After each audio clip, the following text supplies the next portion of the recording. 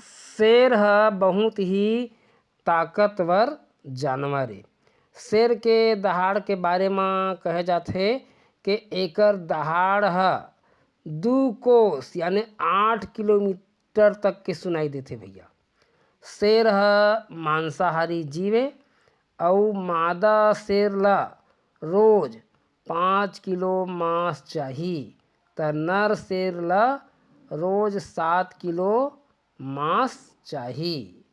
और बघवा ह अकेला घूमथे त शेर ह समूह में रहथे, झुंड में रहथे माने। और सुबह से शाम तक के शेर ह शिकार करथे।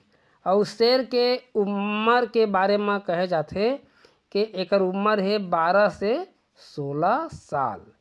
और एकर दौड़े के रफ्तार है 50 मील प्रति घंटा। और शेर के बारे में कहे जाथे कि यह 12 हाथ ऊपर कूदथे। और वैसे ये भी कहे जाथे कि 12 हाथ ले ज़्यादा यानी कि 36 फीट ऊपर कूदथे। और शेर के बारे में कई ठी कहानी पढ़े हन और सब पढ़े हे, आपो मन पढ़े हो हा। एक ठी कहानी में ना शेर के एक ठी कहानी में खरगोश ह शेर ला मार देथे, यानी कुआं में ओकर परछाई के दिखाथे ना त शेर ह धोखा खा जाथे और कुआं में कूद के अपन जान गंवा देथे। और खरगोश ह अपन बुद्धि के बल में सब जानवर के यानी कि रक्षा करथे। तो ए प्रकार के कहानी हवय।